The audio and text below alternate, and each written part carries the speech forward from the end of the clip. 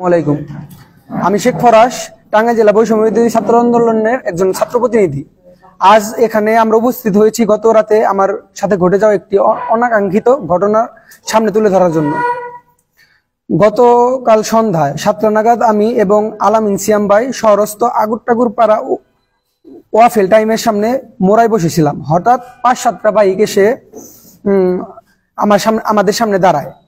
তাদের মধ্যে একজন আমাকে বলে মোড়া থেকে উঠে দাঁড়াতে এবং আরেকজন বলে ওখানে বসতে। এভাবে 4-5 বার আমাকে উঠতে আর বসতে বলা হয়।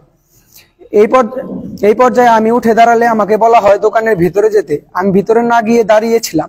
হঠাৎ একজন এসে একটি মোড়া তুলে আমাকে আঘাত করে সজোরে।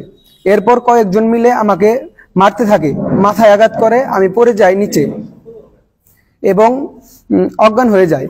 তখন সিয়াম ভাই চাইলেও আমাকে তাদেরকে আটকে অনেকক্ষণ মারার পর তারা আমাকে উঠিয়ে নিয়ে যায় মুসলিম পাড়ায়। সেখানে আমাকে এক গলিতে 1 ঘন্টা আটকে রাখে। জাবেদ ভাই আর মুন্না ভাই এই ঘটনা জানতে পেরে কোনোভাবে তাদের সাথে যোগাযোগ করে আমাকে উদ্ধার করে। এরপর আমাকে সদর হাসপাতালে নেওয়া হয়। আমি প্রাথমিক চিকিৎসা অবস্থায় থাকি। আমার ভাই আলোচনা করে থানায় যায় এবং একটি মামলা করে। আমার উপর হামলা করেছিল প্রায় 20 জন। তার মধ্যে আমি শনাক্ত করতে পেরেছি 5 জনকে। তারা হলো শিশির, হাসিব, ইনান, আরিয়ান, মুমিন এবং বাকিরা অজ্ঞাত। তাদের কিছু ছবি আমি আওয়ামী লীগের নেতাকর্মীদের সাথে দেখেছি। এতে বোঝা যায় এটি একটি পরিকল্পিত হামলা।